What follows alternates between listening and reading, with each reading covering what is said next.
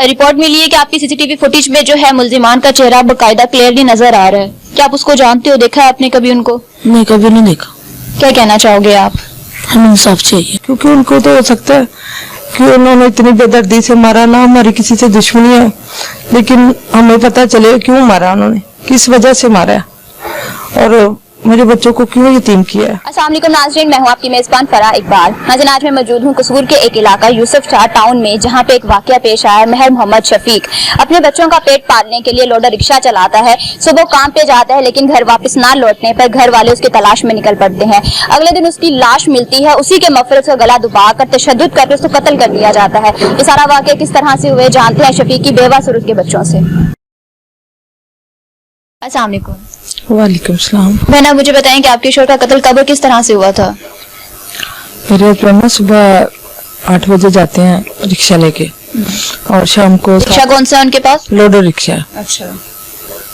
7-8 तक वो घर आ जाते थे शाम को। तो सुबह 7-8 बजे जाते थे, शाम में 7-8 बजे वही टाइम पे वापस आ जाते थे? उसी टाइम आ जाते थे, लेकिन उस दिन नहीं आए। जिस दिन वो 7 तारीख को गए ना, तब नहीं वापस आए और मैं कॉल करती भी हूँ, लेकिन उनका नंबर आगे से बंद ही आता है।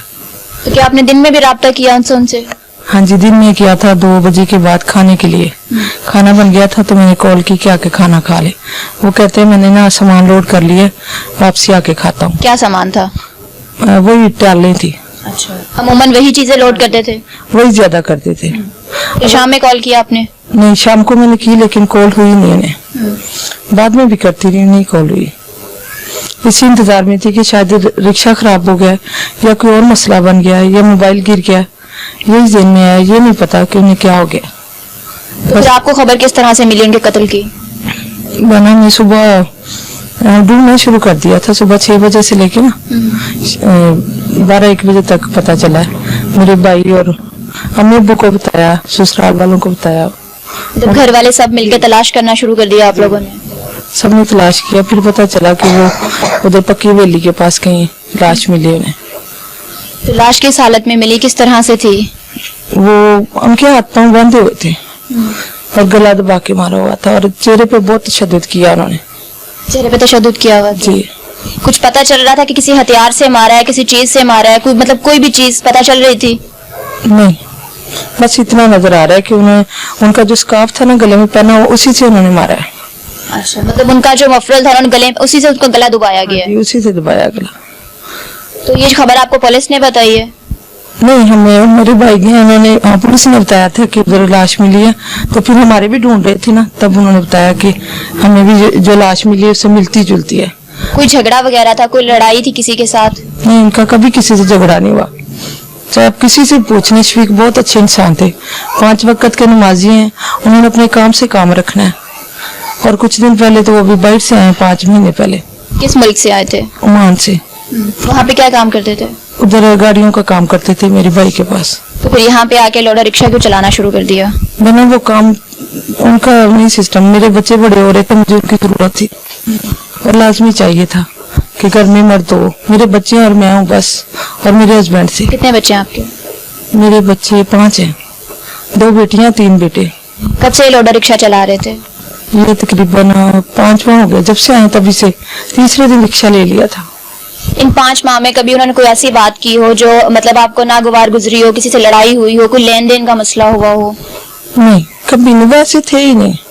उन्होंने कभी किसी से झगड़ा भी। लाजमी नहीं है कि बंदा खुद ऐसा हो, अगर वो नहीं थे तो दुनिया भी तो हो सकती है ना? नहीं, वो अगर उनके साथ कोई बुरा भी करता था ना, वो चुप करके घर आ जाते थे और आके मुझे बताते थे। ऐसा वाकया हुआ हो कि आप कह सको कि शायद ये वाकया उसके साथ जुड़ता है? नहीं, जिनकी शॉप पे वो खड़े होते थे ना, उन्हें भी पता है शफीक आते कैसी हैं। और ऐसा कुछ भी नहीं हुआ? नहीं, ऐसा कुछ नहीं है। पुलिस तावन कर रही है? हाँ जी, कर रही है। क्या कह रही है, क्या रिस्पांस दे रही है? फॉरेंसिक रिपोर्ट क्या कह रही है? वो कह रहे हैं हम जल्दी मुलजिमों को पकड़ लेंगे, लेकिन बना हमें तो इंसाफ चाहिए। मेरे छोटे छोटे बच्चे हैं, हमारा खर्चा कहाँ से चलेगा? मैं किसकी मिन्नतें करूंगी, क्या करूंगी? बेटियां भी मेरी अभी जवान है, बेटे छोटे हैं।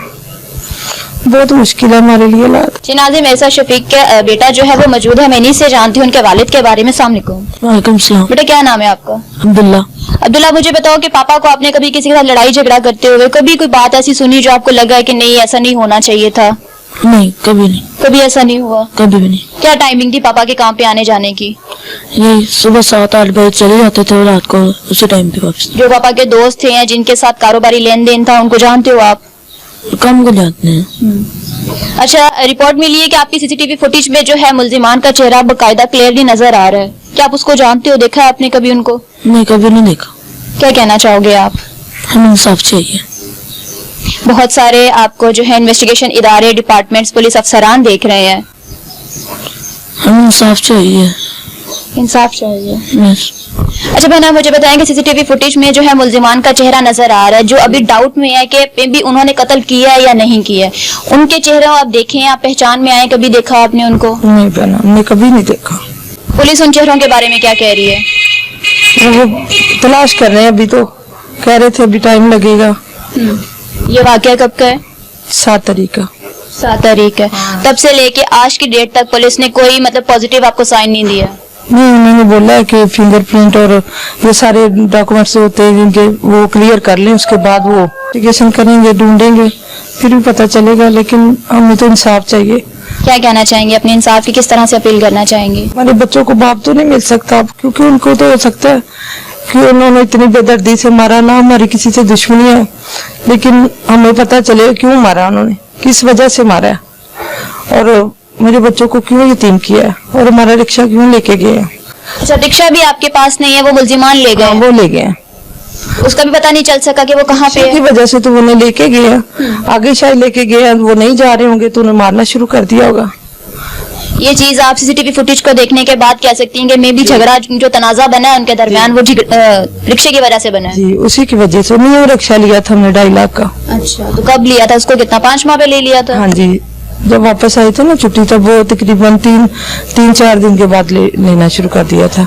बातचीत की थी कि मैंने काम करना है, घर में फारिग बैठेंगे तो क्या करेंगे, क्योंकि बहुत सारे आप ना कोई हमारी जमीनें हैं ना कुछ है, सिर्फ वही था कि वो मजदूरी करते थे और हम लोग खाते थे, और अब हम कहाँ से खाएंगे, क्या करेंगे? आपको पता है 5 बच्चों का कितना खर्चा है, कितनी महंगाई हो रही है। माँ जी, मुझे बताएं कि आपका बेटा जो है जरिया रोजगार कमाने के लिए बाहर गया, बच्चों का पेट पालने के लिए गया, सुबह को गया और शाम तक वापस नहीं आया, इन सारे बारे में आप क्या कहना चाहोगे? मैं इत्थे घर नहीं सी, मैं गई दिहाड़ी, उत्थे मैनू मगर फोन गया चलो दूसरे दिन, मैं उत्थे वापस फिर आ गई हाँ। आके फोन किया भी शफीक मोहम्मद तेरा कत्ल हो गया। मैं उतो रोंदी हुई भजी मोहन, साडी गल बनती पई है, जे ताई तो सारा दस दे। कौन नहीं सुन रहा है आपकी बात? सुनते तो सारे ही ने, शफीक नहीं नजर आता मेरा, जितना बेगुनाह ना मार देता है। आपको किसी पे शक है? नहीं, हाजी माजी मेरा बच्चा से ना किसी ने उची करे, ना नीवी करे, ना किसी लड़े, ना बोले, और काम च ध्यान रखता रहा। तो पता नहीं क्यों केड़ा दुश्मन बन गया, घर बैठे रही। देखिए, शफीक की बेवा का कहना है कि उनके रिक्शे पर जो है किसी की नजर थी, ठीक है। आपको कभी उन्होंने कोई ऐसी बात कही हो कि मुझसे कोई रिक्शा छीनना चाहता है या लेना चाहता है? कोई पता नहीं मैनू ना, मतलब ऐसी उन्होंने कोई बात नहीं की आपसे? नहीं, मैनू पता हो रहा था मैं छोटी आ जाएगी, मैं क्या अच्छा बच्चा, मैं छोटी आ जाएगी। जब आप जा रही थी शफीक आपको ये कह रहा था? हाँ, मैं जो तो अपनी तो मगर फोन चले गया, शफीक तेरा कत्ल हो गया। मैं ठीक ठाक छड़ के आई हूँ, किन्ने किया है? आन के वेख्या खूना खूना दी हालत ही खराब हुई पई, गला घुट के मारे, जबान उनदी बाहर निकली, अख डेला एक बाहर निकलिया। एडा जुल्म किया ने, मैनू तो हुण चाहिए मेरे बच्चे का बदला लैन, असें बदला लेना है। कैसा इंसाफ चाहती हैं आप? यतीम किते हैं मैं उन्हां दे भी होण बच्चे यतीम, वे मेरे दिल नूं ठंड पैंदी गा। नाज़रीन, हम शफीक की वालदा का, उनकी बेवा को और बच्चों का बयान सुना कि किस तरह से एक हंसता भसता घर जो है वो। हाँ जी, बोले आप। मैनू कितों ठंड पैनी जब मेरे शफीक ने नहीं बेशंग देना गोली मेरे सामने गोली मारन पकड़ के। कि किस तरह से एक हंसता बसता घर जो है वो उजड़ गया। शफीक अपने बच्चों के लिए रोजगार कमाने के लिए बाहर जाता है, अपने बच्चों का पेट पालने के लिए दिन रात मेहनत करता है, लोडर रिक्शा चलाता है, लेकिन शाम में वापस घर नहीं आता। अगले दिन उसकी लाश मिलती है और बहुत ही ज्यादा तशद्दुद के साथ, बहुत ही अजीबोगरीब तरीके से उसकी लाश मिलती है। सीसीटीवी में जो मुल्जिमान नजर आ रहे हैं, अब ये भी बात डाउट में है कि वही मुल्जिमान है या सिर्फ उनकी शिरकत उसके अंदर है। पुलिस इस केस को देखे नामालूम अफराद की तरह ये भी केस एक रुख इख्तियार कर चुका है। इस केस को इन्वेस्टिगेट करें, इंटेरोगेट करें और मुल्जिमान तक पहुंचे। मुझे दीजिए इजाजत, फिर मिलेंगे। अल्लाह निगहबान।